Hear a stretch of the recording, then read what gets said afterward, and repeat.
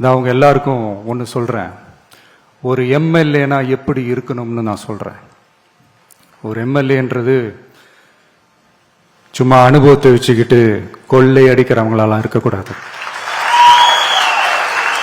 சும்மா அனுபவத்தை வச்சுக்கிட்டு சட்ட விரோதமா கல்குவாரியில ஈடுபடுறவங்களாலாம் இருக்கக்கூடாது.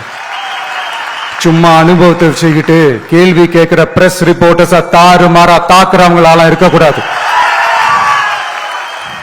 இன்னும் ஓப்பனா சொல்லணும்னா, இந்த திமுகவில் இருந்து வந்த ஒரு எம்எல்ஏ மேல கொள்ளையடிச்ச கேஸ் இருக்குது, போதைப் பொருள் கடத்தல் கேஸ் இருக்குது, திருட்டு கேஸ்லாம் இருக்குது. திருட்டு கேஸ்லாம் ஜெயிலுக்கு போயிட்டு வந்தவர் ஒருத்தர் இருக்கிறார். நீங்க கூட யோசிக்கலாம் அவர் யாரு அப்படின்னு. நீங்க யோசிக்கலாம் அந்த எம்எல்ஏ யாருன்னு உங்களுக்கு யோசிக்க தோணும். இன்னொரு க்ளூ வேணா நான் தரேன். அந்த திருட்டு கேஸ்ல உள்ள போயிட்டு வந்தவரை யாருக்கு எதிராக இந்த திமுக தேர்தலில் நிக்க வச்சாங்க தெரியுமா? இன்னைக்கு அவங்க கூட்டணியிலேயே மூச்சுக்கு 300 தடவை முட்டு கொடுக்கிற ஒரு மிகப்பெரிய ஒரு தலைவருக்கு எதிராக. அந்த தலைவரை தோக்கடிக்கணும்னு தான் 1996 அவருக்கு ஆப்போசிட்டா இந்த எம்எல்ஏவை நிக்க வச்சாங்க. மரியாதை நிமித்தமா அந்த தலைவர் பேருங்க நான் சொல்ல வேணாம்னு நினைக்கிறேன். ஸோ இப்படியெல்லாம் இருக்கிறாங்க எம்எல்ஏஸ், நான் லிஸ்ட் போட்டு சொன்ன மாதிரி. ஆனா எம்எல்ஏஸ்னா சும்மா இல்லை, ஒரு தொகுதிக்கான அந்த மக்களுக்கான எல்லை காப்பாளர்கள். அப்படி இருக்கணும். களத்துல மக்களோட மக்களா நிக்கிற மாதிரி ஆளுங்களை தான் நான் செலக்ட் பண்ணியிருக்கிறேன். நான் எல்லா இடத்துலையும் எல்லா நேரத்திலையும் ஒரே நேரத்தில் நான் போய் நிக்க முடியாது இல்லையா? அதனால என் சார்பா என்னோட பிரதிநிதிகளா நானே பார்த்து என்னுடைய வேட்பாளர்களை செலக்ட் பண்ணியிருக்கிறேன்.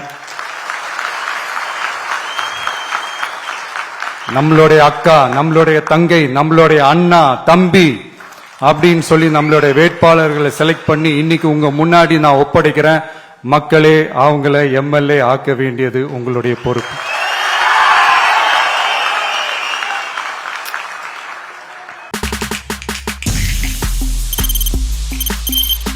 தவிர்க்க முடியாத தம்ப்நெயில்ஸ், கலக்கலான கண்டென்ட்ஸ், சினிமாவும் சீரியஸ் பிரச்சனைகளும், பல வருடங்கள் இடைவெளிக்கு பிறகு இந்த படத்துல ஒரு கலகலப்பும் கைகலப்பும்,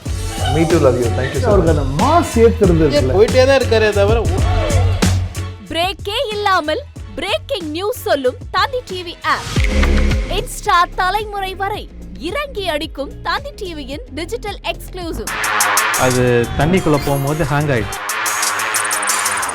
உங்களுக்கு விஜய் சார் எந்த அளவுக்கு ரொம்ப பிடிக்கும்? Of course, Malayalis are huge Vijay sir fans. ரெண்டு பேருமே ரொம்ப பிடிக்கும் எனக்கு.